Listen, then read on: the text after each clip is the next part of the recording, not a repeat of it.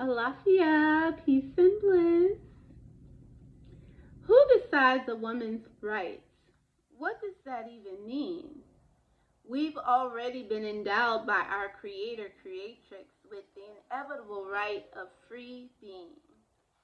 Recall the beginning of the earth, when the 16 Iremole didn't recognize our great mother Oshun's worth. Oreo.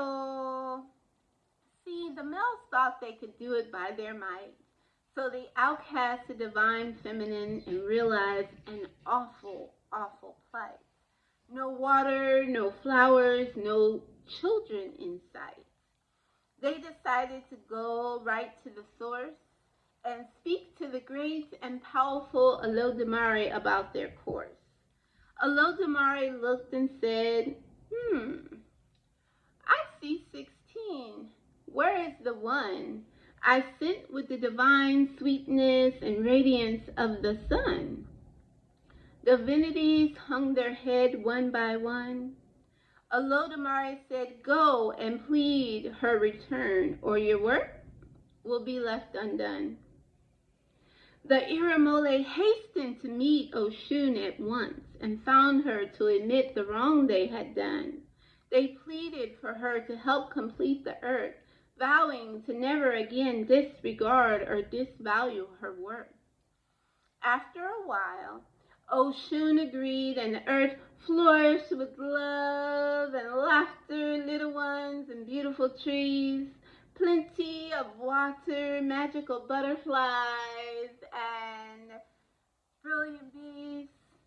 Now we honor our body as our sacred portal and guard it with grace.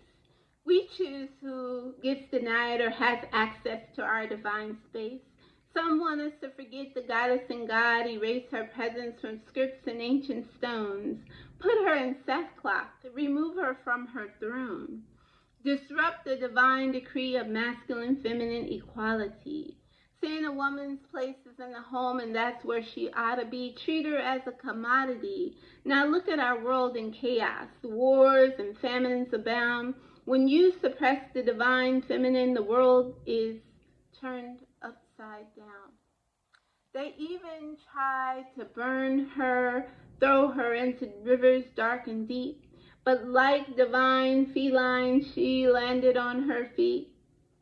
She's arisen more powerful and crafty than before to awaken her children and balance restore. Some think they can extinguish her power with the stroke of the pen. They're fighting the ghosts that ride on the wind. She speaks to her children and they follow her lead, planting seeds of transformation with primordial creeds. She communes with the spirit of nature, engaging sacred contracts, assisted ancestor Harriet to traverse underground tracks. With the glow of the sun in her left hand and blood moons in her right, the goddess has arisen to set her story right. She ain't asking for permission. She's already equal to the stars. Her heart may be Venus, but her spirit is Spitfire from Mars. Hope you enjoyed. Peace and bliss. Ashe.